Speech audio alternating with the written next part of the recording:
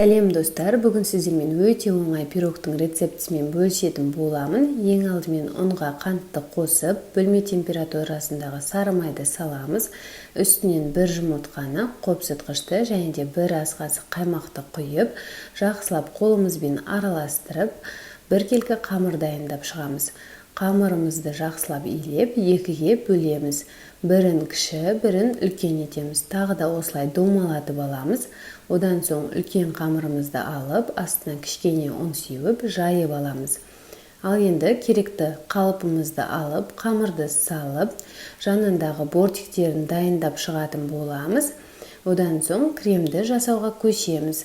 Кремге бізге вареная сгущенка және де бір жұмыртқаның ақуызы қажет болады. Жақсылап венчиктің көмегімен араластырамыз. Қаласаңыз жаңғақ қоссаңыз болады арасына. Ал енді қамырдың үстінен осы кремімізді салып, жандарын осылай жақсылап туралап шығатын боламыз. Одан соң екінші қамырымызды дәл солай жайып алып, видеода көрсетілгендей кесіп шығамыз.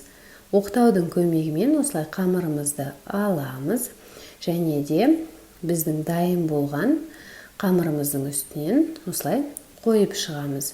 Өзіңіздің қалауыңызға қарай әсемдесеңіз болады. Мен дәл осылай жасаған болатынмын. Енді мына жанындағы бортиктарын бетіне қарай түсіреміз. Барлығын түсіріп болғаннан соң үстіне бізден қалған бір жұмыртқаның сарыуызын барлық жеріне жеткізіп, жағып шығатын боламыз. Піскен кезде өте әдемі көрінеді. 180 градуста қызып тұрған пешке шамамен 35-40 минуттай пісіріп аламыз. Сонымен біздің пирогымыз дайын, өте оңай дайындалады. Міндетті түрде сіздерге жасап көруге кеңес беремін. Дәмі де өте керемет болып шығады.